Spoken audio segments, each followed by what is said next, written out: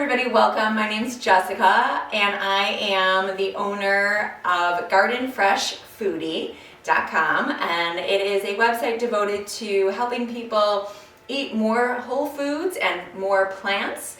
And I teach cooking classes in the area when it's not COVID, and I'm grateful to be here with you today through LMHF.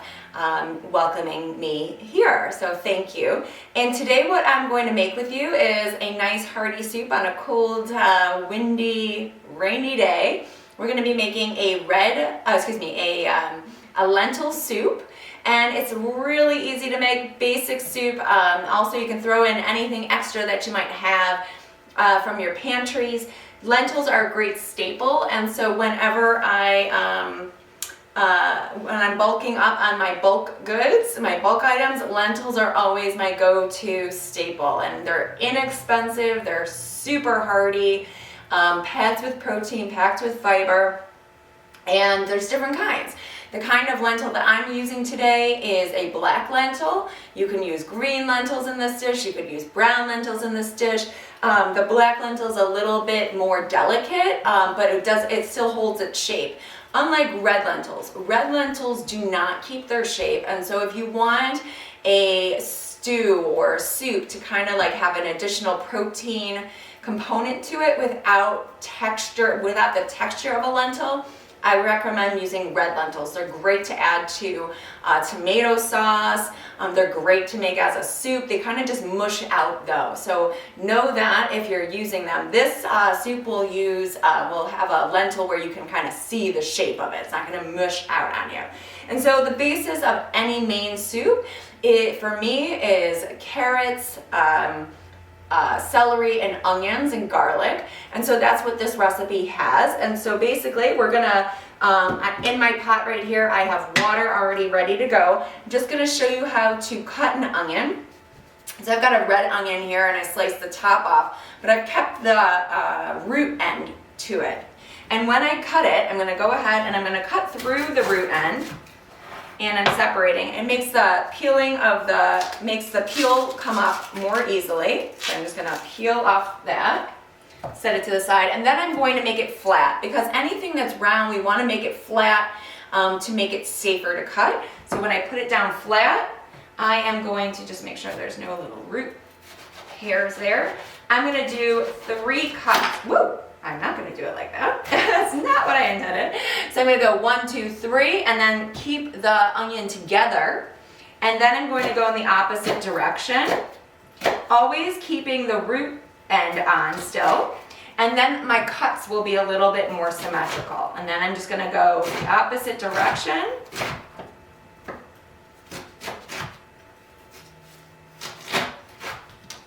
Okay, and then anything extra that came off.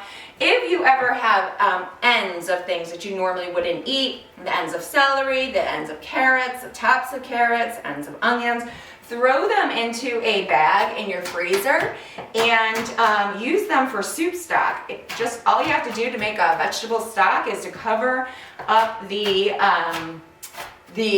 produce with water and then let it simmer until it turns a beautiful color, and then you have your own soup stock.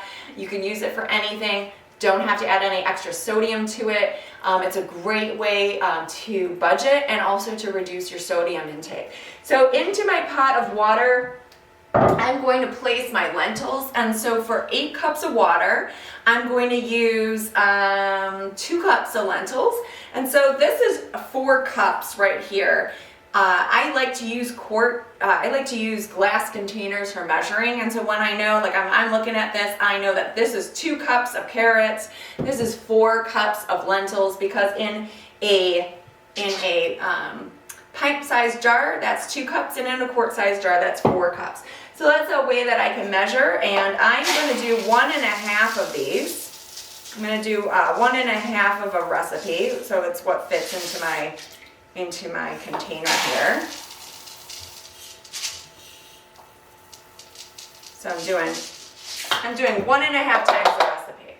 And then I'm going to do a cup of onion. So again, because I'm actually making 1.5 times my recipe, I'm gonna do 1.5 cups. I always try to make extra soup than what, I always make more than one recipe because soup is something that is great frozen, like you freeze it and it lasts forever in your fridge. And I'm just gonna turn on my stove here, get that going. And then I'm gonna do the same amount for all of my things. So I'm gonna do like 1 cup of onions, 1 cup of carrots, 1 cup of celery.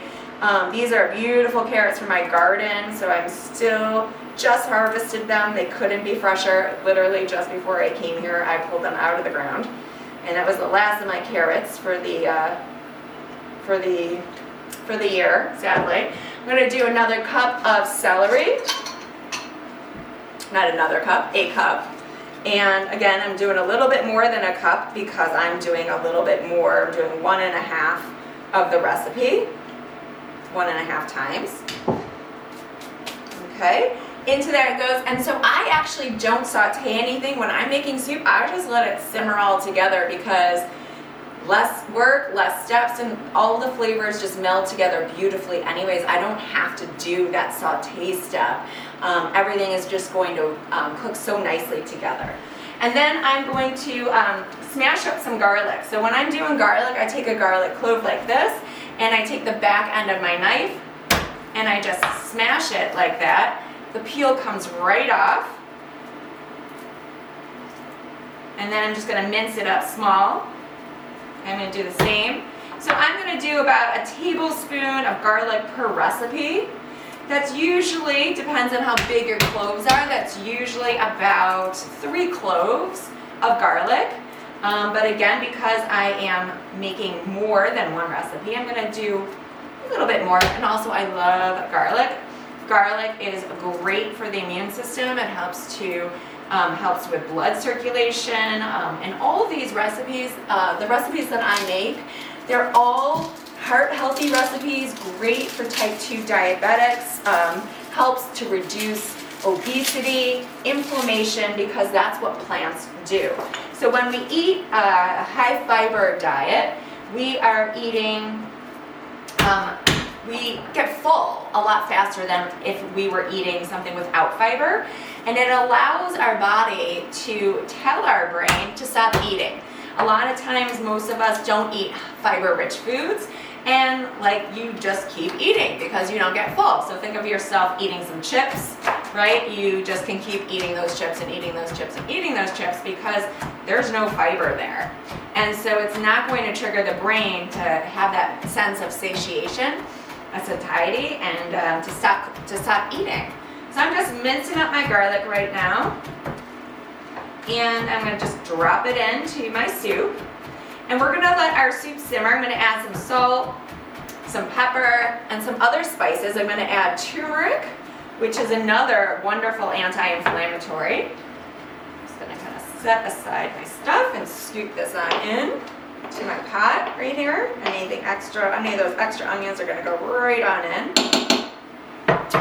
And I'm going to add some turmeric. So turmeric is a beautiful yellow spice. It's going to give this dish a beautiful color. And all of these recipes will be attached to this video, as well as being found on my website, which is gardenfreshfoodie.com, F-O-O-D-I-E.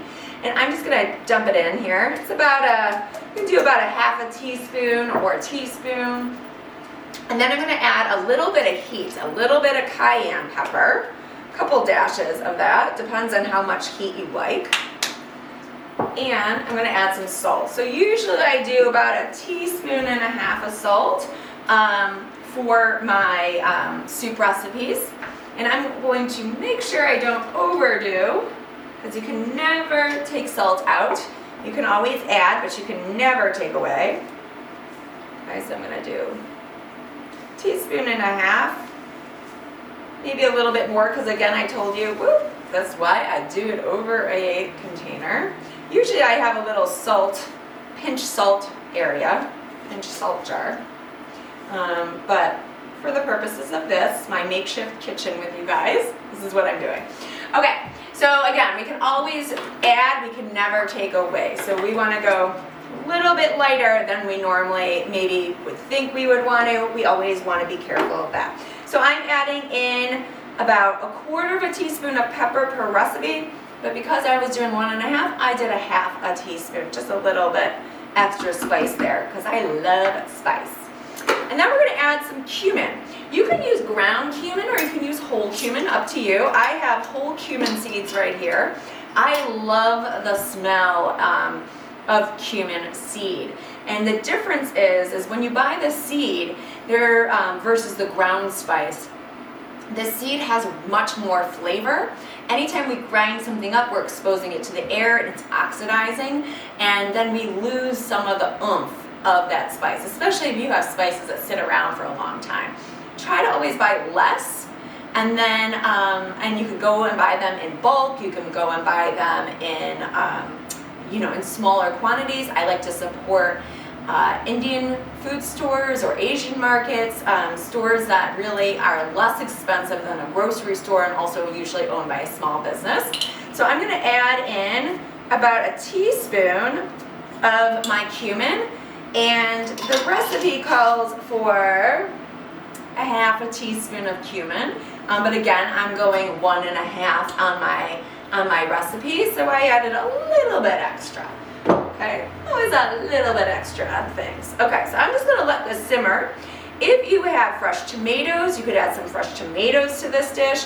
At the end of this dish, when it's done cooking and it's gotten thick and it's gotten hearty, I'm going to stir in some fresh greens.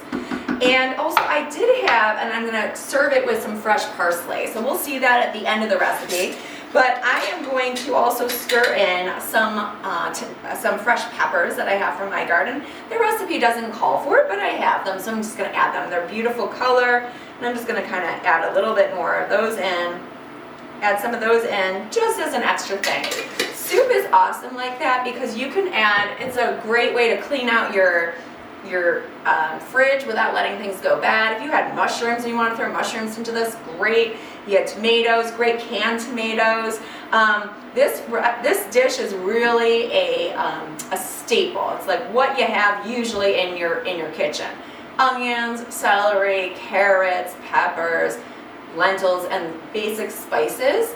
And so it's a very inexpensive way to cook. Soup is a great budget-friendly dish, while also being very heart healthy, because if you buy soup in the grocery store and you look at the sodium content on it, you will see that one serving of soup usually exceeds your daily intake of sodium. So you want to make sure that when you're purchasing food, you're looking at that. Most of us don't get our sodium intake from the salt shaker. It's from our processed foods. When you make things yourself, you control that. You can control how much salt goes into that. So we're going to come back and take a look at the soup in a little bit. After it's done cooking, we're going to let it simmer for about 20 minutes, half an hour, and then we'll come back and we'll see that all the flavors have married and the water has gotten absorbed by the lentils. It's thickened up. And again, you can let it get really thick if you want it more like a stew, or you could thin it out later on and let it stretch your budget a little bit more by adding more water. It's up to you, or more tomatoes, or whatever you are interested in. So that's that for now. We'll check back in a second. Well, we're back, and our soup is done. Soup's on. And so what I've done is I have put in some kale, just put it straight in, and it just melts down. So I always buy my kale not pre-chopped, because when you buy it pre-chopped, they pre-chop it with the stems on, and the stem is the part that most people find bitter. And so this is where people are like, I hate kale because it's bitter. Well, it's actually not usually bitter. If it's really old, it could be a little bit more bitter, but if you find some smaller pieces, that's great. If you have frozen vegetables, if you have frozen greens, just put them right on in. You want to try to eat dark leafy greens at least once a day, if not more. So I just made this. I recently made a quinoa salad where I put dark leafy greens in that, and so we want to try to eat them. They're great for the lining of your arteries. They help to decrease inflammation They're packed with calcium. They have great sources of plant-based protein. And so when I get my kale, I get it like this, and I'm gonna just strip the end of that kale off. So I hold it by the stem, and I just run my hand straight down. I'm just gonna rip it up, toss it into my soup. My soup is done, but it's still hot. Take it again, just like that. And I had a little piece of that stem left on there, so I'm just pulling it off. Rip up my kale, throw it on in. And it just melts down. If you had spinach lying around, you can throw spinach into this dish. I put greens in everything that we eat. So if I'm making a sauce, at the very end of our sauce, we put greens in it. And so if you wanted to, if you were freezing this soup, and you wanted to maximize the nutritional level of the soup, you could hold off on adding the greens because you don't want to overcook your greens. That's why I'm done cooking and I just put the greens right on in here. I'm also going to add a little freshness with some lemon. So I'm going to add, to wake up the brightness of this, I'm going to squeeze in some fresh lemon, just like a half a lemon, I think. Kind of just wakes up the colors, and the really goes well with your leafy greens. And so I'm just kind of adding that in. You could add a little, if you didn't have fresh lemon, you could leave it completely out. If you wanted to add a little bit of apple cider vinegar to this as well, you could do that too. And again, adding in as much heat as you wanted. So if you like it a little bit spicier, you can throw in some more cayenne pepper. But this has gotten really thick as it has sat here. And if you wanted those greens are so pretty. I'm just gonna get some liquid in here. And here we go, we have our hearty, beautiful soup. I'm trying not to spill it all over us though. All over me, I'll drain out some of the liquid. But here is our soup. It is beautiful, good, full of protein, full of, I'm going to show you the big pot of soup right here. Whoop. I don't know if we can see it on the screen, but it is full of color, full of nutrition, hardly any calories, and awesome to throw in the freezer. Gets better with each night in your fridge too. What can be better than that? Dirt cheap to make. This is like, checks all the boxes. So I just want to say thanks so much for joining me here today. I'm Jessica from gardenfreshfoodie.com. Hop on over to my website for other ideas, and hopefully soon, when this is all over, when COVID's all done, we can have cooking classes again. Take care.